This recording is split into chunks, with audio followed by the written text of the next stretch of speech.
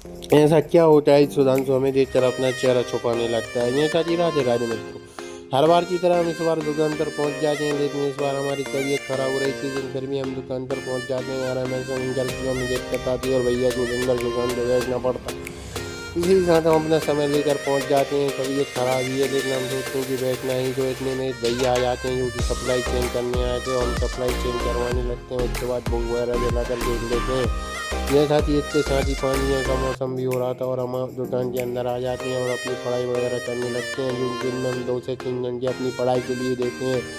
उसके बाद हम अपने बिल वगैरह चेक करने लगते हैं, और इतने में दादा आ जाते हैं जो कि हमारे साफ़ सफाई का काम करते हैं। तो हम उनसे बोल देते हैं कि आप साफ़ सफाई कर लो, काम भी समय रहता है, जो कांटे वगैरह पे वो कपड़ा मारने लगते हैं। उसी के साथ हम देखते हैं कि हम अपनी पढ़ाई करने लगते हैं। पढ़ाई करते करते हो जाता है रात का समय।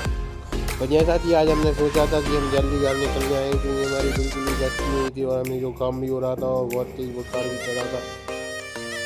और इसी के साथ हो जाता है शाम के समय, तो हम लोग भी कंप्यूटर वगैरह का समय था वो करने लगते हैं, क्योंकि कंप्यूटर को मेंटेन करने के बाद हम इसी के साथ देखते हैं कि बाहर काफ़ी अंधेरा है और पानी आज कंटिन्यू चल रहा था। और ऐसा तो हमें करना ही पड़ेगा, क्योंकि दुकान पर तो हमें आना ही पड़ेगा, चाहे हमारी तबीयत ही खराब क्यों ना हो। क्योंकि दुकान पर जो हमारा समय टेस्ट है वो टेस्ट किया, और इसी के साथ हम ऑर्डर लिखने लगते हैं। ऑर्डर लिखने के साथ भैया बोलते हैं कि तुम एक लड़के को लेकर चले आओ, क्योंकि तुम्हारी तबीयत ख़राब है और रात का समय हो गया है। तो हम एक लड़के को साथ में ले लेते हैं दुकान से, और वो हमें गाड़ी से छोड़ देगा घर तक। हम इसी सोच के साथ आ जाती हैं घर पर। घर पर आने के साथ ही हम देखते हैं कि आदित्य और सुधांशु बैठे हैं, और सुधांशु जैसा कि हमें देखकर चेहरा छुपाने लगता है, क्योंकि उसको वीडियो और ब्लॉग बनाना पसंद नहीं है।